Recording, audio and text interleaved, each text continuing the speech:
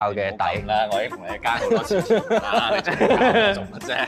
我哋就請呢個陳師傅同佢嘅龍獅團一齊過嚟教你。陳師傅，我都係早晨啊，你好，兩位陳師傅。陳師傅啊，我有個問題好想問你㗎。如果過咗30歲先第一次學舞獅，係咪唔適合咧？完全冇問題。以前係運動員，跟住舊患好嚴重，半月板係受傷，係咪完全都冇問題。舞獅係華人嘅一種傳統表演藝術，喺香港通常喺一啲節日喜慶嘅時候，都會用舞獅嚟表演助興。今日我哋就請嚟武功高強嘅本地龍獅團，做四子嘅師傅師兄，帶佢哋體驗舞獅嘅樂趣。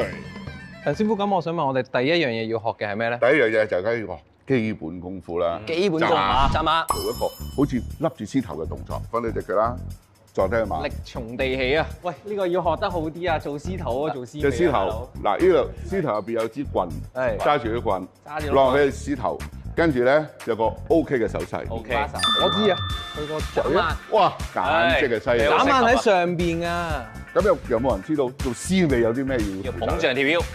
其實獅尾咧後邊咧有條尾嘅，佢冇機關，又冇電，點樣喐咧？正常咧後邊咧有條棍嘅尾後邊。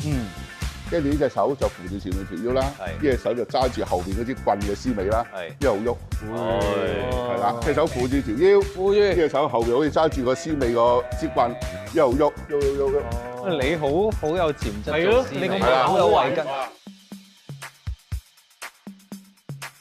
師傅，我哋基本功都學得七七八八啦，係咪可以落堂啦？咁啊？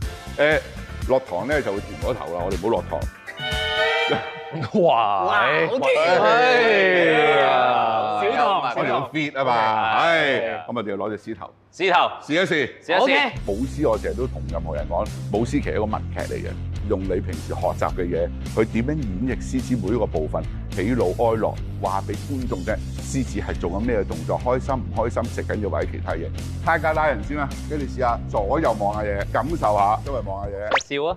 係喎，係嘛？你流緊口水喎，老嗱，咁而家咧眨眼我未教啊嘛。誒，識啊！犀利喎！太監拉人真係犀利。